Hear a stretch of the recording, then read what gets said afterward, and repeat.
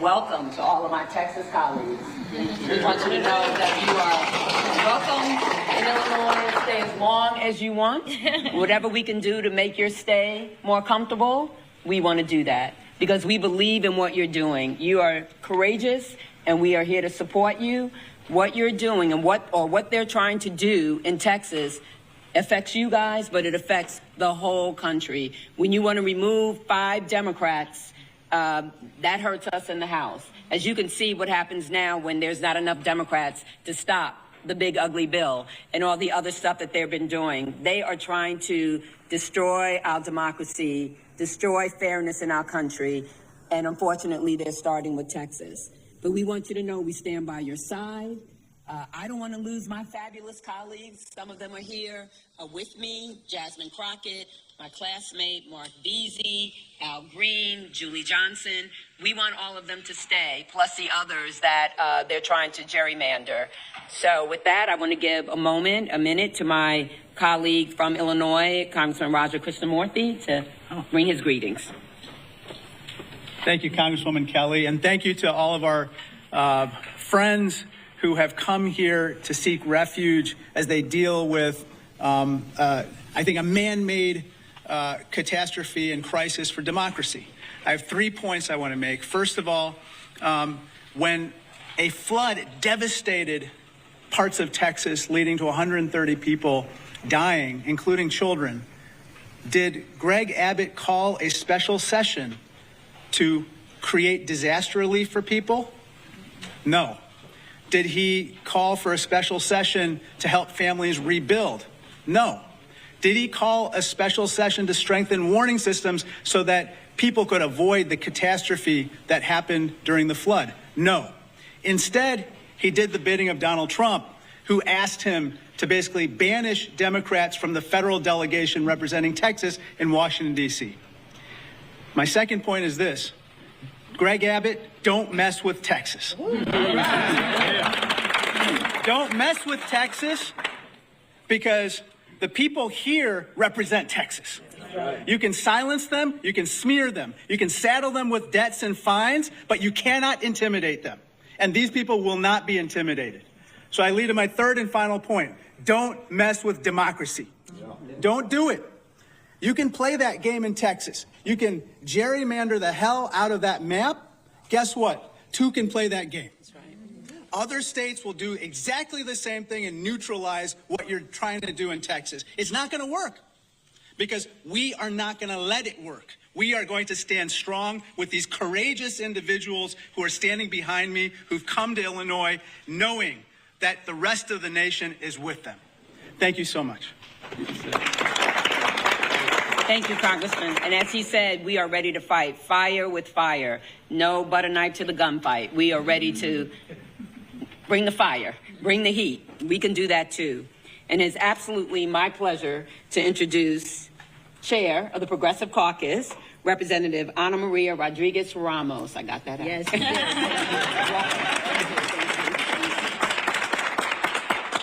Hello, everyone.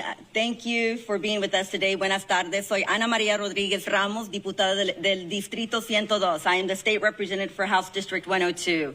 And we're here fighting because instead of Governor Abbott and Texas Republicans focusing on working families and the negative impacts of Trump's horrible bill, as I shared and I expressed with my colleagues the other day, with his horrible bill, my daughter just got an organ transplant 6 months ago. With his horrible bill, I don't know that we can pay 75% increase in premiums. It is going to hurt my family and thousands of families statewide and nationwide. His horrible bill is hurting working families. When families can't afford to buy groceries, when families don't know if they're going to be able to keep their children alive because they can't no longer afford health care, that is what our focus should be. But instead, they're focusing on pushing these racist radical redistricting maps.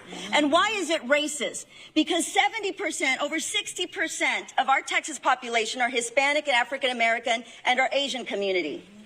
That is the largest African American population in the country is in Texas. The second largest Hispanic population in the country is in Texas. But they want to silence our voice. This is nothing short of blatant racism. They're going to cry and say, no, you can't say that. In fact, they've punished us. Congressman Crockett knows that. They don't allow us to say that word on the House floor. They say, you can't call us what we are. Use another word.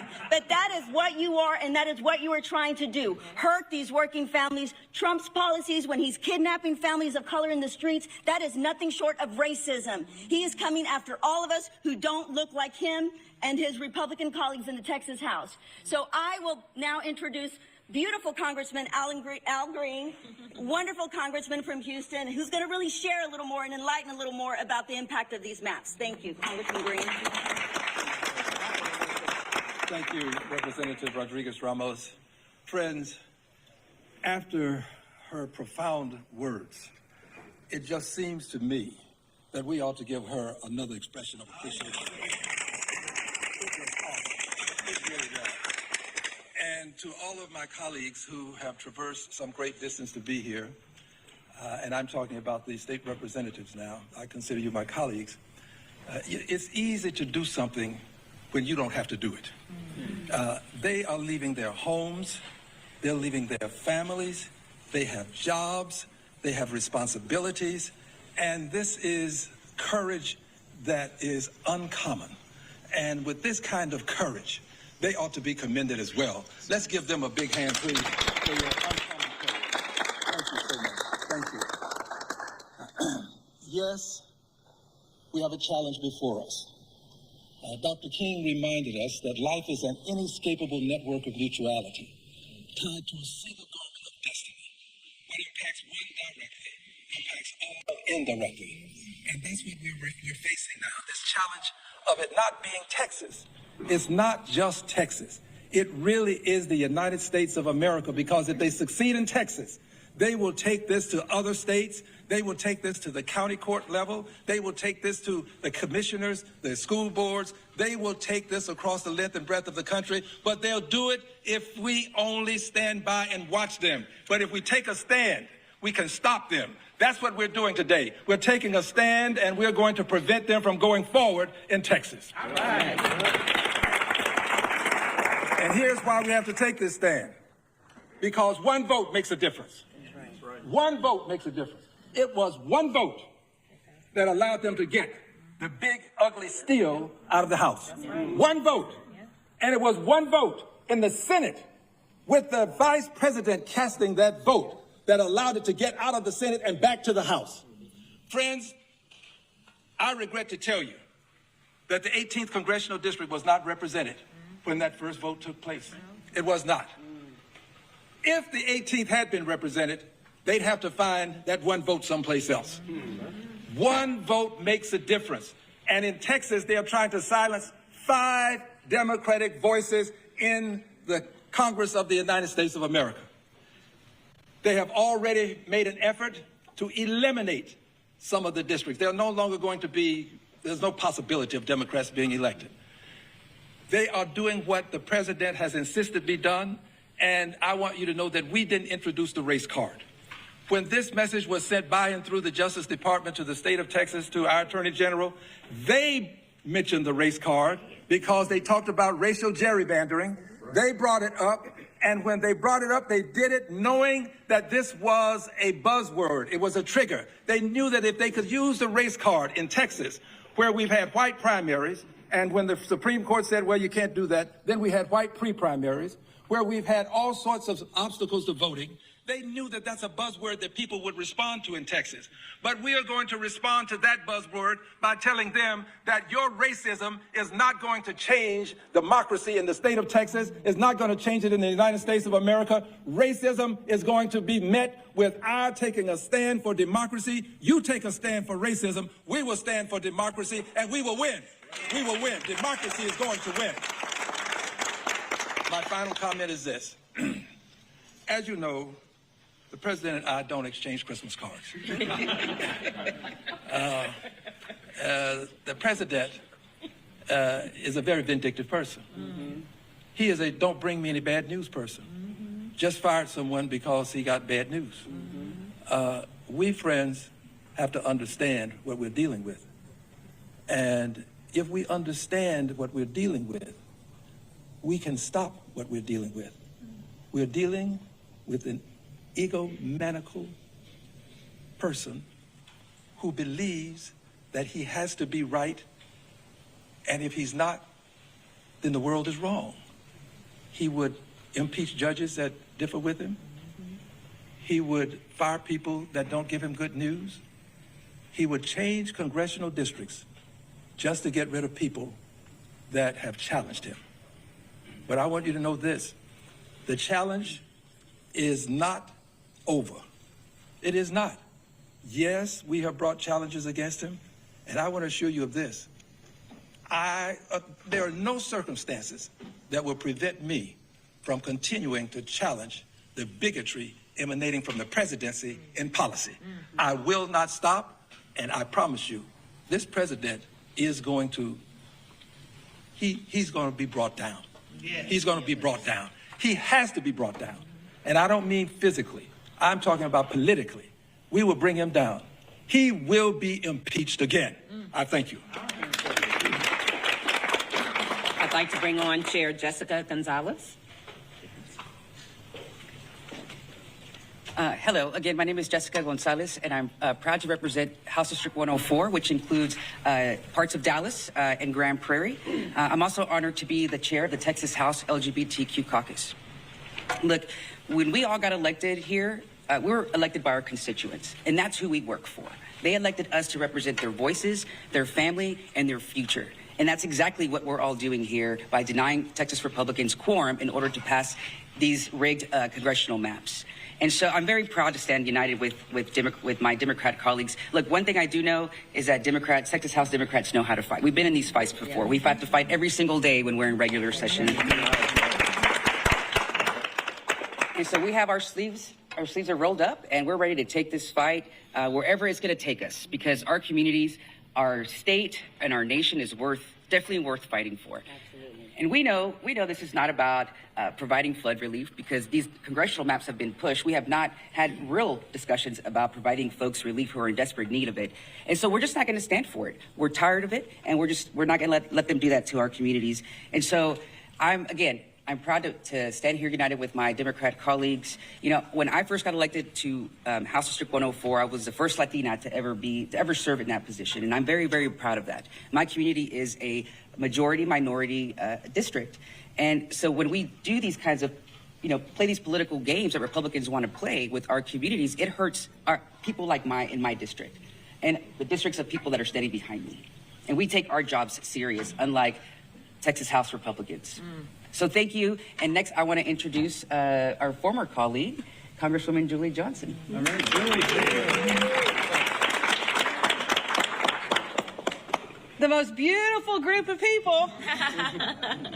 It's a big honor for me to be standing here as a former colleague, a former member of the Texas House, a former quorum breaker, and protesting the right to vote in Texas, and now as a member of Congress.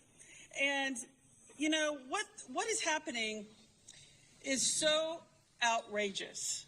And I want to talk a little bit about my district and the impact that this is having. So I represent Texas 32nd Congressional District. It's an urban district.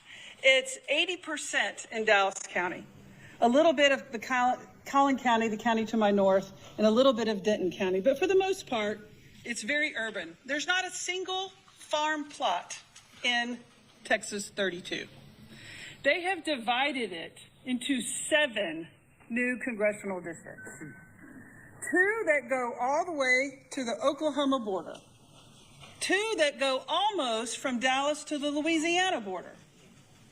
And then the others in a mishmash of rural Texas.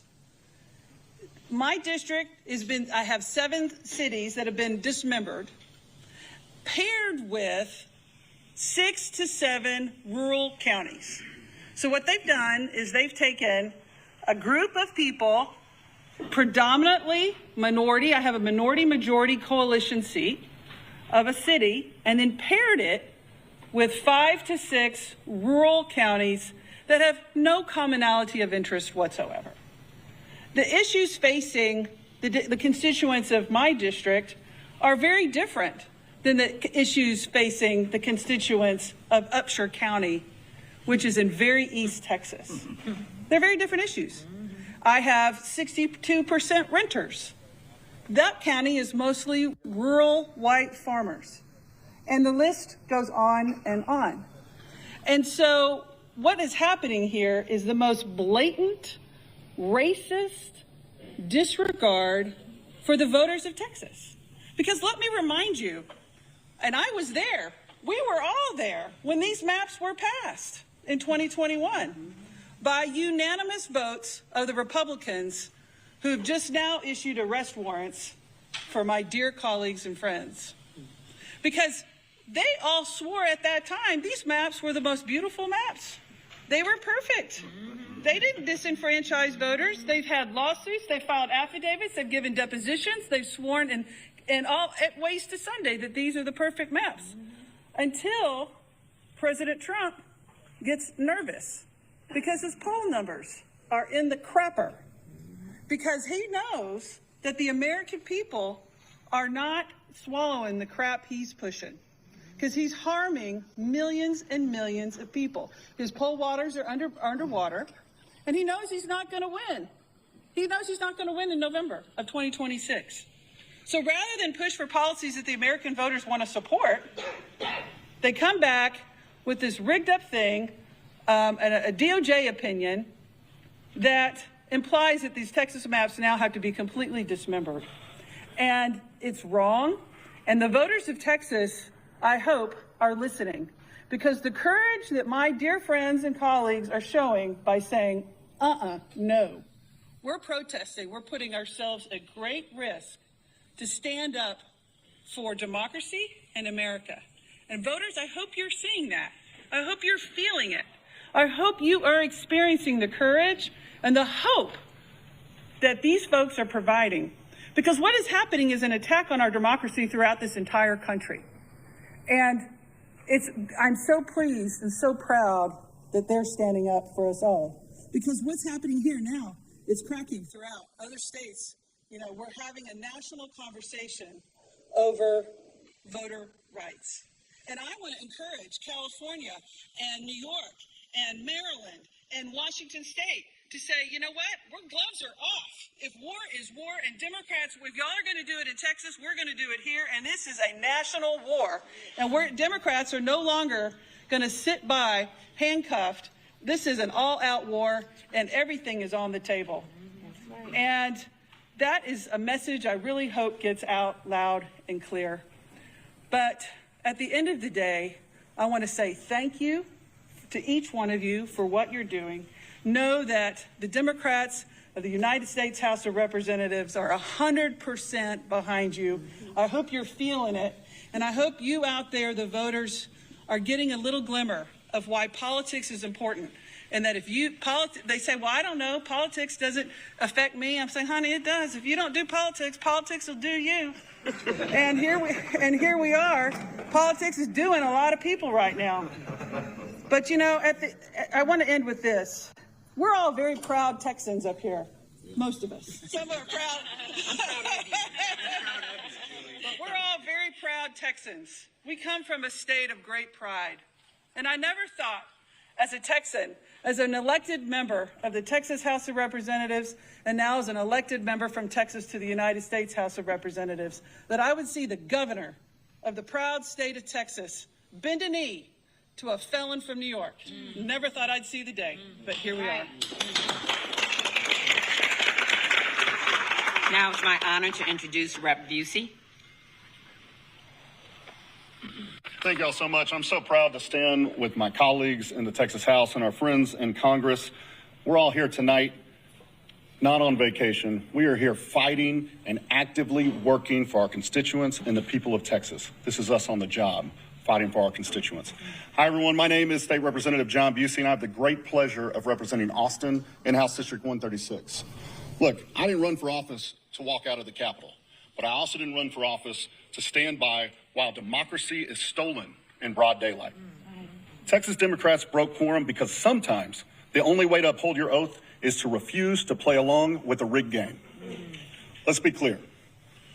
This special session was supposed to be about saving lives after a tragedy. A cabin full of 8-year-old girls was washed away in the middle of the night. Families called 911 only to hear that help wasn't coming. At the end of the day, 137 Texans lost their lives. That's an emergency. That demands our action. But instead of holding hearings on flood prevention, Greg Abbott and Donald Trump held 8 hearings on redistricting, not for fairness, not for representation, but to manufacture 5 more Republican seats in Congress to enable Trump to cling on to power. That isn't governing, that's a heist. And we're here to stop it. When politicians can redraw the maps in the middle of the decade just because they're scared that voters won't reelect them, that's betrayal. Look, the governor can lie all he wants, but we're not running away, we're running into the fight. Texas Democrats are standing up for one of our most basic American principles, the right to representation. So no, this isn't political theater, it's survival. Because if we lose the power to choose our leaders, we lose everything. We broke quorum because this isn't just about maps, it's about power. And in Texas, the power still belongs to the voters. I want to thank you all so much, and I have the pleasure of introducing one of our great champions, Congressman Mark Vesey. He's a passionate advocate for Texas's 33rd district. He's fighting for working families, voting rights, and economic opportunity. And if you didn't know, he's in fact is the founder of the Voting Rights Caucus in Congress. He's from Fort Worth to Washington. Congressman Vesey has shown us that he will stand up to Donald Trump, he will fight for Texans, and he will fight for Americans. Please help me welcome our good friend, Congressman Mark Vesey. Thank you, Representative. And, you know, the press, y'all been getting something wrong. I've been seeing a lot of headlines that say that these Texas legislators are fleeing. These Texas legislators ain't fleeing. These Texas legislators are fighting. They are fighting corruption, they are fighting racism, and they are fighting rigging. And that is what it is all about. And I got to tell you, it's crazy to think about this. 60 years ago today, the Voting Rights Act of 1965 declared that no American, no Black American, no Latino American, no Asian American, no working class voter would ever be denied their voice in our democracy because of who they are or where they live. But that promise is under attack today by Greg Abbott bending a knee to Donald Trump, and it is absolutely wrong, and it is embarrassing. And I got to tell you, I'm proud of these heroes that are standing behind me, some of which are my former colleagues in the state legislature, where I spent 8 years before going to Congress. And I got to tell you, I came into Congress right after the 2003 mid-decade redistricting, when a group of Democrats had just left the state to block discriminatory redistricting that had happened literally just before I was sworn in. And I got to tell you, we made a big mistake back then. We had no blue states back during that time period after Tom DeLay did his mid-decade redistricting. We didn't have any Democratic states that followed suit. And so it gave them the incentive to do it again, and that's why we are here right now. But I got to tell all of my friends that are Republicans that are out there watching right now, the game has changed, baby. It ain't the same no more. It ain't the same no more. We are going to match Donald Trump's energy when it comes to redistricting. As it was said before, it's been Democrats, we have shown up to a gunfight with nothing but good intentions and dull knives. And that era is over. We are not going to unilaterally disarm. And that's what's different this time around. And so to the governor of this state, of Illinois, the governor of California and New York, thank you for standing tall with us. We need our other Democratic governors in New Jersey, New Mexico, Maryland, not New Mexico, Jersey, Maryland, Oregon, and Washington. We need for them to stand with us now also. This is serious business. This is absolutely serious business. Democracy is at stake here, and we have to keep fighting Donald Trump each and every step of the way. With that, I now call back to the podium Representative Harold Dutton, who I served with out of Houston. Harold? Good afternoon, everybody. Let me start by saying my name is Harold Dutton. I'm from Houston. Most people say I'm from Fifth Ward. And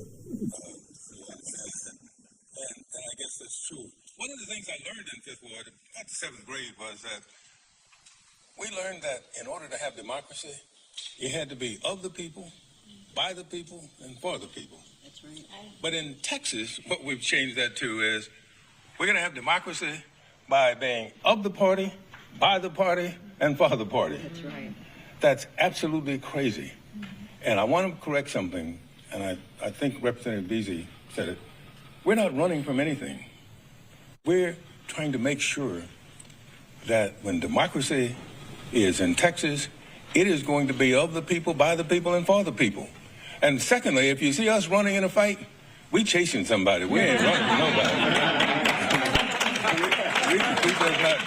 We're just not running from anybody. Now, let me end with this. I'm here because one of my constituents told me, she said, well, if you all are going to hang separately, you might as well hang together. And so I'm here with my colleagues because I don't think we're going to hang. Because another constituent said to me, Representative Green, said, you know the story in the Bible about Haman and Mordecai? Haman built the gallows for Mordecai. And guess who they put on the gallows first? Haman. And so I think all of this is going to backfire on these Republicans because I think they have raised democracy issues so far and so high that the people in Texas now are getting the message. And that's one of the reasons we're here. I'm thankful for the Illinois delegation.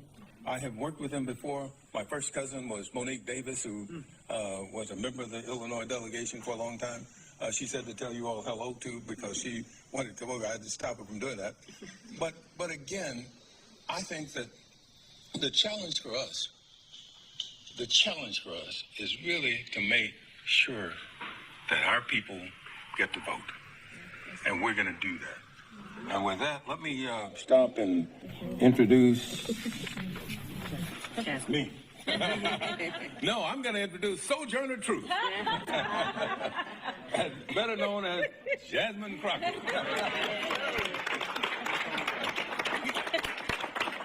I will be your last and final speaker, but let me tell you something. I want to make sure that I make it clear who these people that are standing behind me are. Because I don't think that the American people truly understand the amount of sacrifice that these warriors and heroes are making right now. Most people don't understand that in the Texas House, you only get paid $7,000 as it is as a salary. But these people are saying, listen, we are going to do our job because we understand our oath, unlike those that serve on the federal level and are Republicans, as well as those that serve in our current Supreme Court and happen to have been appointed by Republicans, as well as those that serve in the Texas House right now and happen to be Republicans. These are people that understand what it is to be a representative. They understand their constituencies, and instead of trying to stomp on them, they want to do everything that they can to stomp for them. And so that's why they're here. Now, let me say, this governor talks a lot of noise, and I made sure that I put up my warrant from 4 years ago to make it plain that they talk a lot of noise, but these guys are weak. That's why they're over here trying to bully people. Bullies are always weak. The difference is they expect Democrats to kind of be the nice guys that we are. They expect us to take the punch and say thank you. Well, I am here to tell you not only are we going to punch back, but we're about to beat you down. That's right. Yeah. We are going to win. I'm going to tell you why we're going to win, because people are tired. And as it's already been said, we got a few truth tellers that came before us. A number of them came out of Texas. So I need y'all to understand that maybe you haven't learned these amazing warriors' names, but you will know their names. Y'all know how the president feels about me. On my training ground right there in Texas. We know that there was another amazing black woman out of the state of Texas by the name of Barbara Jordan that had to check another corrupt president by the name of Nixon. So I'm here to tell you, just like I told a group of folks in Arizona yesterday. Bucky Beverly and Mays said it best. We are one. For everyone that's been asking, where are the Democrats? Well, here they are. For everyone that's been asking, where is the fight? Well, here it is. But let me tell you something. Don't leave them out on a ledge by themselves. They need to know that you, the American people, stand with them because they are standing for you. There's so many people that they will never meet, but they understand the importance of making sure that they have a voice when it comes to their government. They understand the importance of standing for what democracy is and making sure that it does not fall by the wayside. They understand that we have a Timu Hitler in the White House right now that thinks that he is going to become the dictator of the United States. Well, I got another thing to tell you, sir. The Democrats, no matter whether we're talking about these Texas House Democrats, or whether we're talking about the governor from Illinois, the governor from California, or whether we're talking about New York, or I can go through the states, and it's not just the governors. It is the state houses. It is the state senators. It is those congressional delegations that are saying, do what you got to do, and I will fight, and I will win, and I will earn my seat back to the people's house in D.C. I am here to tell you that time is up for playing in our faces. The Democrats are not going to stand for this any longer. We know that we are standing for the people. And so long as we stand for the people, I absolutely believe the people are going to stand for us. So I just want to be clear. Do whatever you can to support these heroes, because they are the ones that had to leave their families. They are the ones that have warrants out for their arrest. They are the ones that are doing things that, honestly, a lot of other people do not have the audacity to do. So make sure when you talk about them, press, put some respect on their names. I appreciate y'all. That's it? Oh, you're closer. Oh, we're done. We're done. Oh. We're done. No, we're done. Yes, we are. We done. That's what it says. We were supposed to have Ron do the closing. Well, I'm sorry. I apologize. Sorry.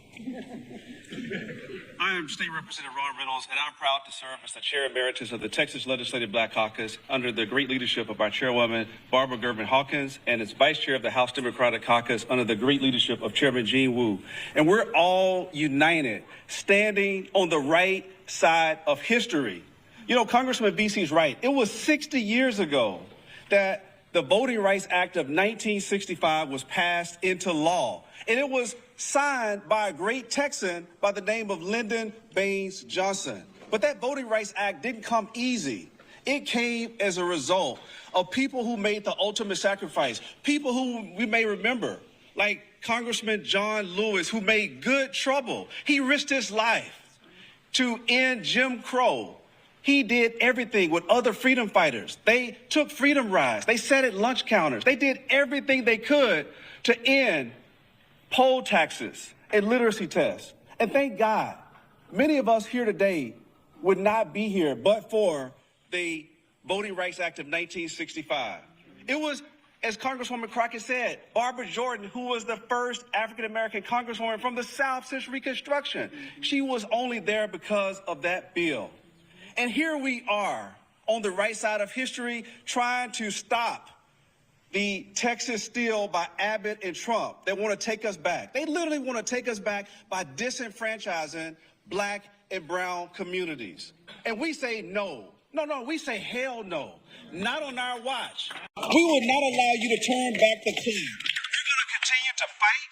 We're going to continue speaking truth to power. We're going to continue doing everything we can to protect the precious fundamental right to vote. And I will end with this. Our scripture teaches us in Proverbs 31:8-9 to speak out for the one who cannot speak, for the rights of those who are doomed. Speak out, judge fairly, and defend the rights of oppressed and needy people. Ladies and gentlemen, I submit to you that the Democrats are going to keep speaking out. We're going to call out the racist gerrymander that President Trump and these MAGA extremists like Trump, like Abbott, want to push down our throats. Not on our watch. We're not going back. Thank you.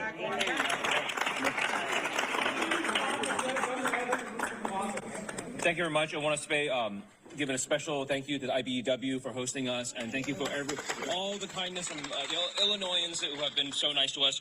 We're not going to do group questions. Members will be available for individual interviews if you want, but we do, the Democrats, our House Democrats do actually have to make another meeting, so we have a limited amount of time here.